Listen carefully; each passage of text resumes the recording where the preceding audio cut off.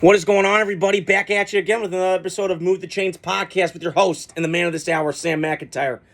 Holy shit, we have big news today out of the New York Jets. I'll get to that in a second. Robert Saleh's gone. What the hell's going on with that?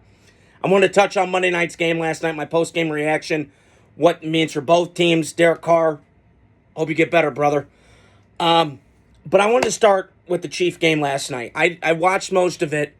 If you just look at the box score last night, Chiefs should have won this by 30 points. I mean, they had 62 plays, the Saints 45, and Derek Carr played well last night. I mean, outside the one pick that, it's just Derek has one of those every game.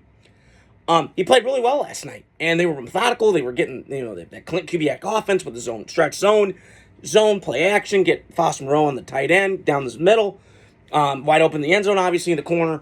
So they had a lot of good things going for the Saints last night, and this is a good football team. Now, I did pick before the year started they'd be third place because I just thought the Bucs and the Falcons were just better football teams, a little bit younger.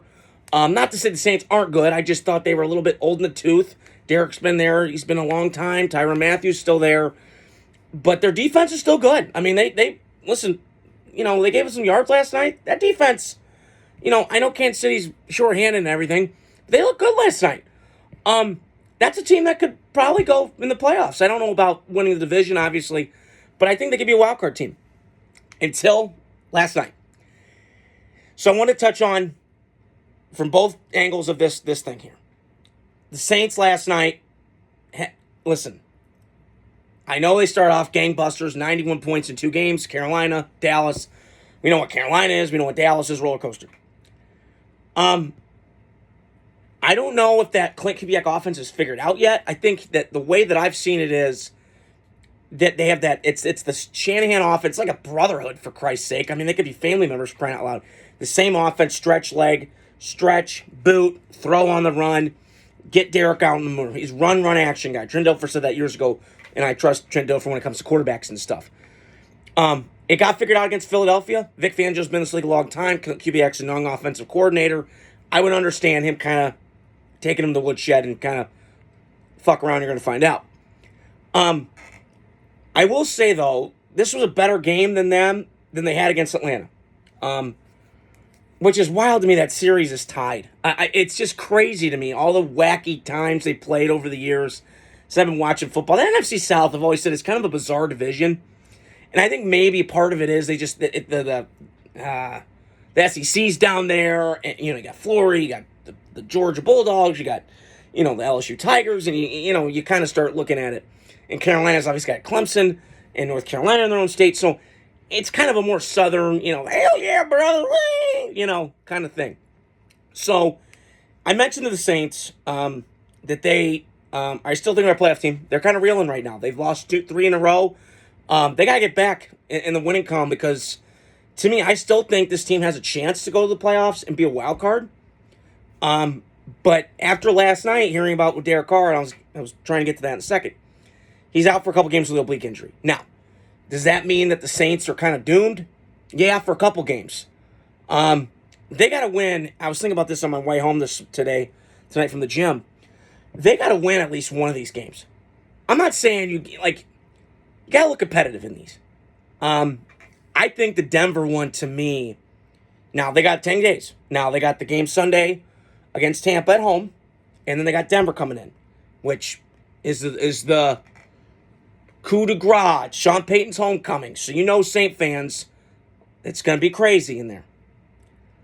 However, I think if New Orleans wins at least one of those games, and is depending on what I heard was 2 games with Derek Carr, it could be a little bit longer. So if Derek is out for a little bit, how is Clint Kubiak going to work this offense? Because it's worked with Derek Carr. Now he's a little bit unproven. Clint Kubiak, excuse me. Now, can he manufacture some stuff with Spencer Rattler or Jake Hayner or whatever one of these quarterbacks the Saints have? Because I still think the Saints, they have some pieces here. Foster Moreau, which we never got rid of him, Raiders. Good for you. And, you got Alvin Kamara, you got Chris Olave, you got that Shaheed kid, the 22, who's just a fucking baller. And their offensive line's not bad. So the Saints have the pieces on offense, and their defense is not bad.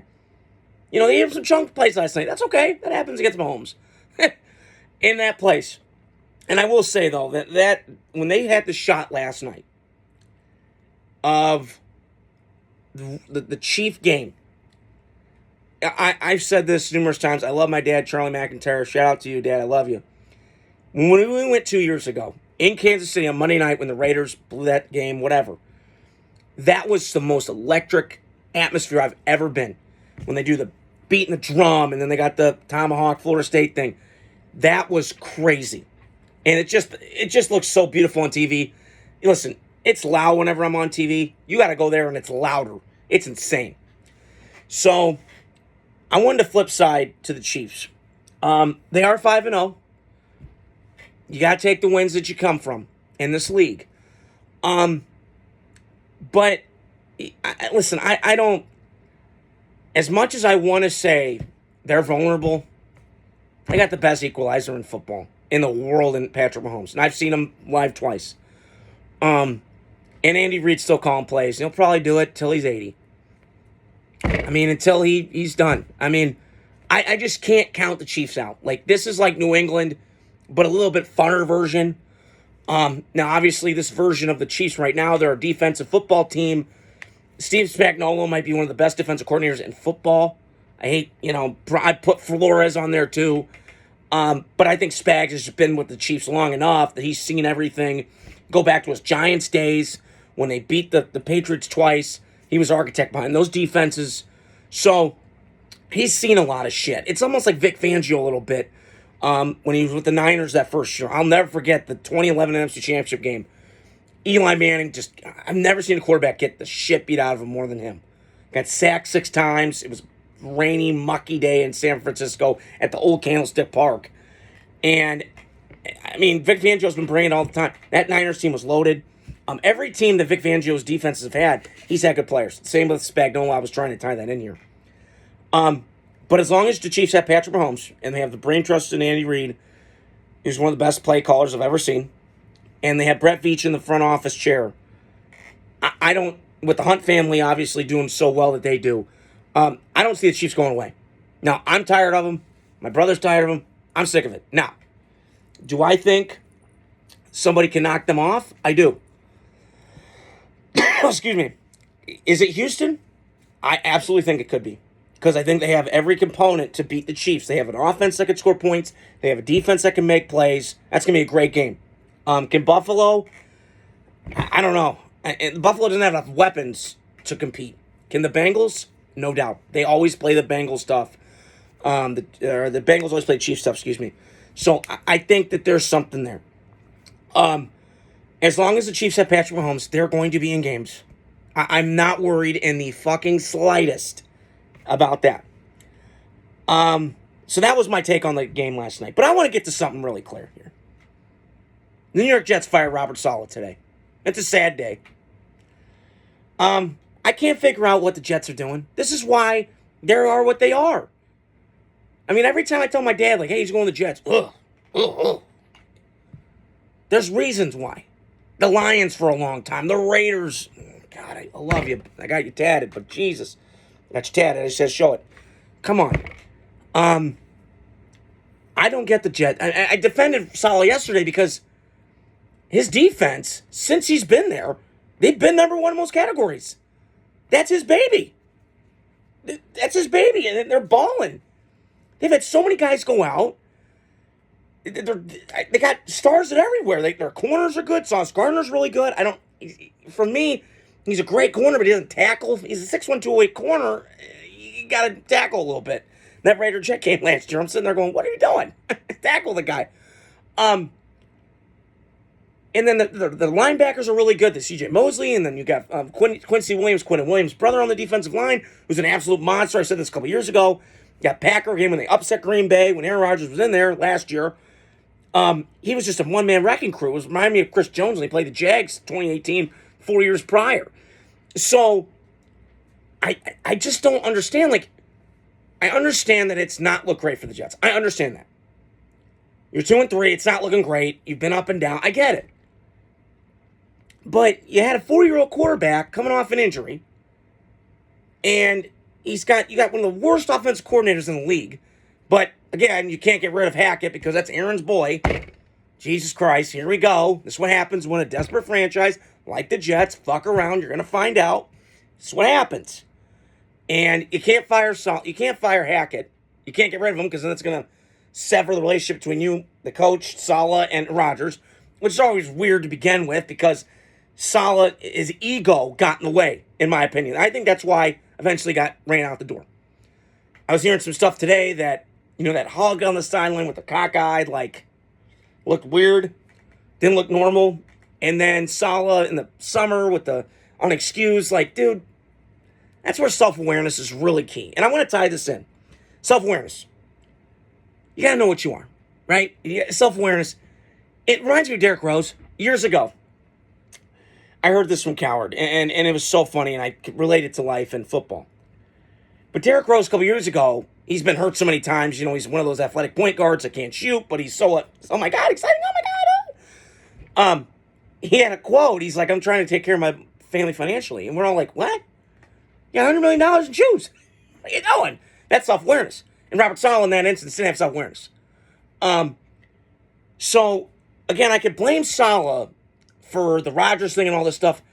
But I also sit back and go, well, I blame Joe Douglas more so. Because Joe Douglas, and listen, he comes from the Ravens, he comes from the Eagles, very well-run, stable organizations in football in the NFL. Excuse me. They've been stable. And he comes to the Jets, and listen, he's done nice things. I give him a B grade as a GM manager. I would. But as I said yesterday, you whiffed on the two most key important positions in football you cannot whiff on in this day and age. Your quarterback and your left tackle. And he whiffed on both. You can't take that back. The owner can be impulsive. I get all that. But Saleh, they're 2-3. They're not out of it. So, I would have waited if I was the Jets to make this move. I don't understand it.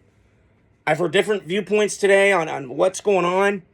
For me, I would have waited with the Jets. Waited till after the Bills game because that's a big Monday night stage. It's a rematch of the last year opener where Rodgers got the flag out, which was so cool to see. 9-11, it was awesome that Rodgers got hurt and derailed the season. I get all that.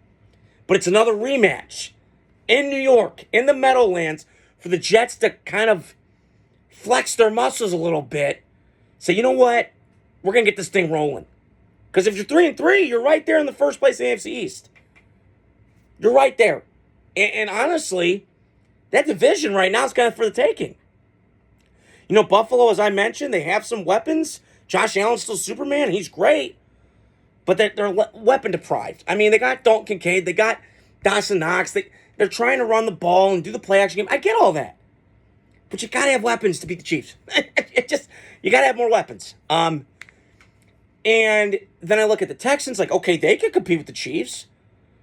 So, with the Jets, this is what happens. You fuck around and find out. And the other thing with the Jets offense that I can't figure this out is Aaron Rodgers doesn't like motion. What day and age are we? This is like people who don't have Amazon Prime in my day and age. What the fuck are we doing? You're a dinosaur. You got to have Prime.